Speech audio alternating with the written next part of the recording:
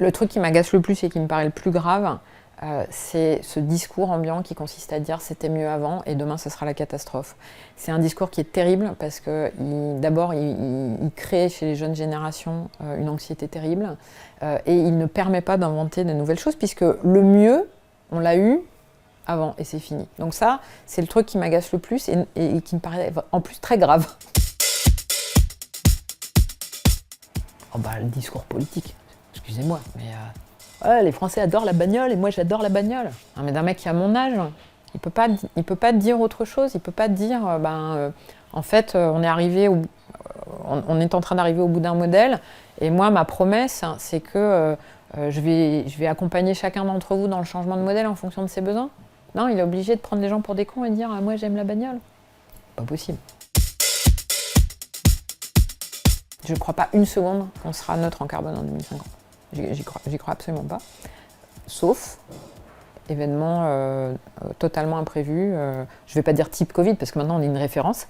Mais voilà, je pense que, comme vous l'avez dit, 2050 c'est demain. C'est pas qu'on se trompe, mais on a une vision très très restrictive en se limitant à la décarbonation. Parce que le sujet, la décarbonation, c'est l'arbre qui cache la forêt. C'est comment faire la même chose en émettant plus de CO2. Mais ne serait-ce que pour fabriquer les bagnoles électriques, il faut émettre du CO2. Parce qu'il faut extraire, parce que l'acier, c'est hyper émetteur de CO2. Bon.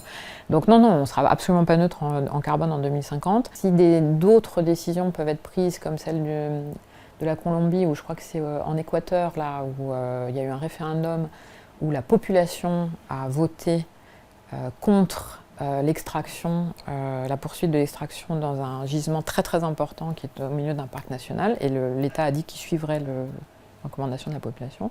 Si on voit des choses comme ça s'accroître, de fait on va arriver à moins de quantité de fossiles disponibles et on va être obligé de changer notre manière de s'approvisionner. Et typiquement, tous les bateaux là, qui sont obligés de faire le tour maintenant de Bonne-Espérance, on va revenir à des approvisionnements un peu plus locaux, certainement.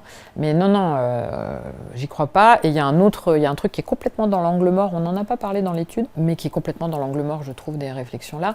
C'est l'impact, on n'a aucune idée de l'impact que l'intelligence artificielle va avoir dans les 10 prochaines années sur tout. C'est-à-dire pas juste sur c'est super, on peut générer des fake news ou des fausses images avec de l'intelligence générative, mais il va y avoir un impact de l'intelligence artificielle sur tous les process de production qui va probablement générer une révolution équivalente à la révolution industrielle ou même la révolution du néolithique. Ça, on ne sait pas.